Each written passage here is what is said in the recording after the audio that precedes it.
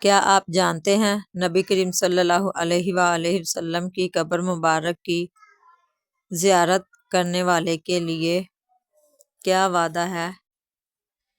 حدیث مبارکہ۔ نبی اکرم صلی اللہ علیہ وآلہ وسلم نے ارشاد فرمایا کہ جس نے میری قبر کی زیارت کی اس کے لیے میری شفاعت واجب ہو گئی۔ آپ کو یہ حدیث مبارکہ کیسی لگی؟ کمنٹ سیکشن میں ضرور بتائیں اور چینل کو لائک اور سبسکرائب ضرور کریں۔ دوستوں کے ساتھ شیئر کریں، کیا پتہ آپ کے ایک شیئر سے کسی کی زندگی بدل جائے اور ثواب آپ کو ملے۔